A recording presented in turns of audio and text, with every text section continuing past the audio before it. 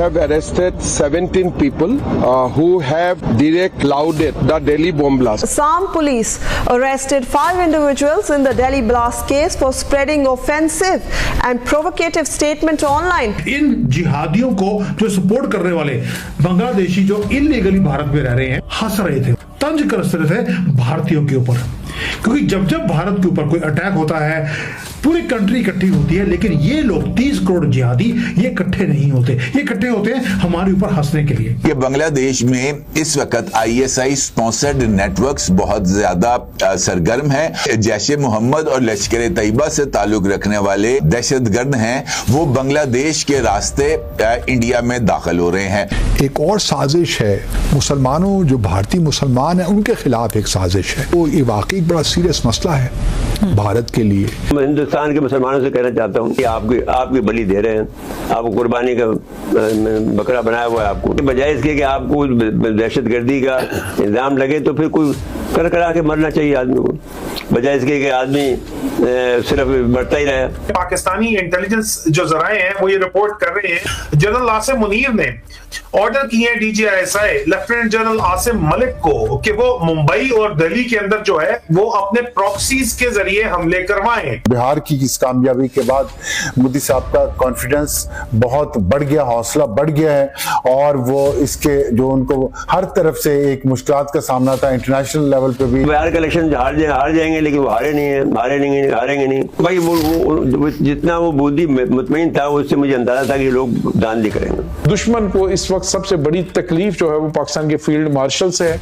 अब ये भारत आपको पाकिस्तानी सरहद के करीब डिप्लॉयमेंट करता हुआ दिखाई देगा, जहाज उड़ाता हुआ दिखाई देगा। इंडियन नेवी के एयरक्राफ्ट कैरियर विक्रांत जो कि बहीरा अरब में भारतीय समुद्री हदूद के लिए रवाना कर दिया गया। इन जिहादियों को जो सपोर्ट करने वाले बांग्लादेशी जो इलीगली भारत में रह रहे हैं, वैसे तो 30 करोड़ के 30 करोड़ ही इलीगल है, उनके ऊपर क्रैकडाउन करना पड़ा। रीजन भी हंस रहे थे, वो तंज कस रहे थे भारतीयों के ऊपर, क्योंकि जब जब भारत के ऊपर कोई अटैक होता है पूरी कंट्री इकट्ठी होती है, लेकिन ये लोग 30 करोड़ जिहादी ये इकट्ठे नहीं होते, ये इकट्ठे होते हैं हमारे ऊपर हंसने के लिए।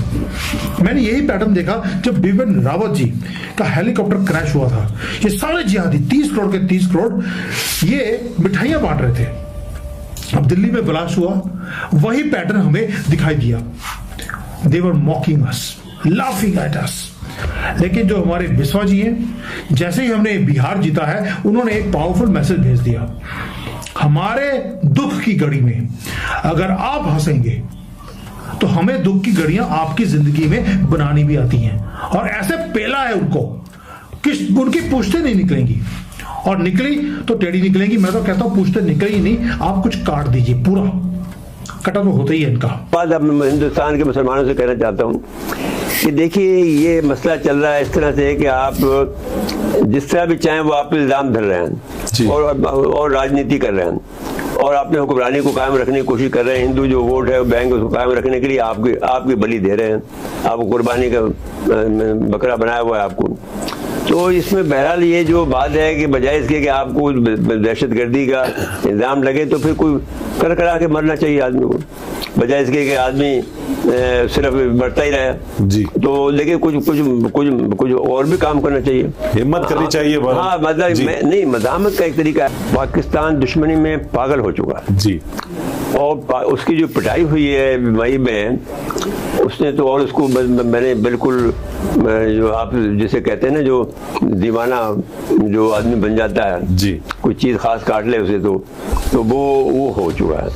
अब सवाल ये है कि अब कुछ लोग ये भी कहते हैं, जैसे आप कहते हैं वो कि जख्मी सांप जिसे कहते हैं, तो वो मिसाल दी जाती है, लेकिन हम इंसानों को नहीं देते हैं। हम तब भी समझाना चाहते हैं कि देखिए अगर आपको बड़ा मुल्क बनना है जी, जो शायद आपको चाह रहा है कि आप 21वीं सदी के सुपर पावर हैं, उनके जो बैंकर हजरात हैं इसराइल के जी, वो आजकल इसको भर्रा यही दे रहे हैं इसराइली कि इसको चढ़ा कर इससे माल बटोर रहे हैं जी, माल बटोरे और बड़ी कुर्बानी का बकरा बना रहे हैं, पाकिस्तान वाली पॉलिसी कर रहे हैं। तो अब वो जो उनके वीडियो सुनने लगा हूँ मैं इसराइलियों के, तो वो उनको कहते हैं कि भाई सुपर पावर और 21वीं सदी की सुपर पावर इंडिया काहे की सुपर पावर है।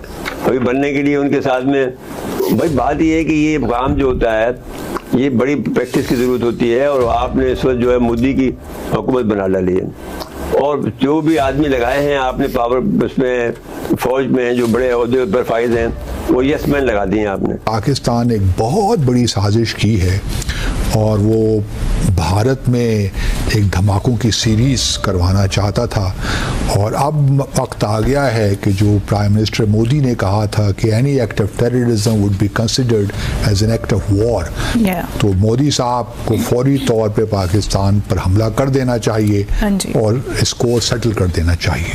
بھارت کا میڈیا اگر آپ دیکھیے تو انہوں نے اپنا فیصلہ سنا دیا ہے کہ یہ ایک سازش تھی، پاکستان اس کے بالکل پیچھے تھا اور جیش محمد بھی اس کے پیچھے تھا۔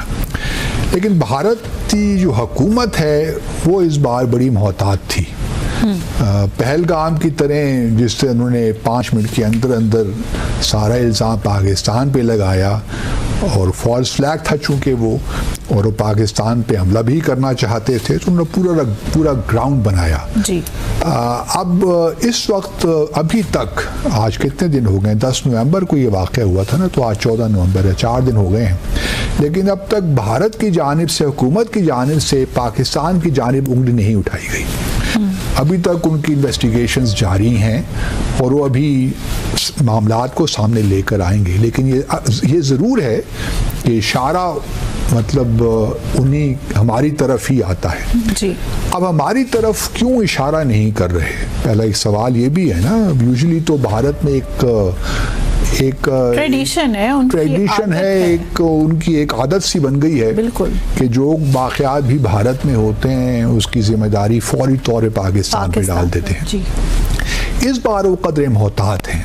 پہلی بات تو یہ میں پہلے بھی آپ کو کہتا رہا ہوں کہ ابھی میں کوئی دیکھ نہیں رہا کہ بھارت کوئی ایسا مس ایڈونچر پاکستان کے خلاف کر سکتا ہے، جب تک کہ اس کو 150% یقین نہ ہو جائے کہ اس کو وہ ہزیمت اٹھانی نہیں پڑے گی جو مئی میں اس نے اٹھائی، اور یہ مشکل ہے اس وقت۔ تو اس وقت اس لیے بھارت محتاط ہے کہ وہ پاکستان کا نام نہیں لیتا سرکاری سطح پہ۔ فی الحال میڈیا تو ٹھیک ہے بہت کچھ کہہ رہا ہے، لیکن سرکاری سطح پہ نہیں لے رہا۔ افغان طالبان جو ہے ان میں نظر آ رہا ہے کہ یہ خوارج ہیں، یہ دہشت گردی کر رہے ہیں، تو ان کی اپنی داڑھی میں تنکے ہیں کہ یہ شریعت کے نام پہ کہتے ہیں کہ ہم آئے ہیں، اور یہ اللہ اور اللہ کے رسول صلی اللہ علیہ وسلم کے دشمنوں کی پشت پناہی کر رہے ہیں۔ اللہ کے نبی صلی اللہ علیہ وسلم نے فرمایا یہ خوارج قلاب النار، جہنم کے کتے ہیں، یہ اللہ کے نبی صلی اللہ علیہ وسلم کے مبارک الفاظ ہیں۔ سو یہ ان کو سپورٹ کر رہے ہیں، تو ان کا نہ شریعت کے ساتھ کچھ لینا دینا ہے، نہ ان کا مسلم بردرہڈ کے ساتھ کوئی لینا دینا ہے، نہ ان کا لاجک کے ساتھ کوئی لینا دینا ہے۔ صرف اپنی یہ جو 10 سے 12 لوگ کابل پہ اس وقت حکومت کر رہے ہیں، اپنے اقتدار میں رہنے کے لیے یہ دہشت گردی کا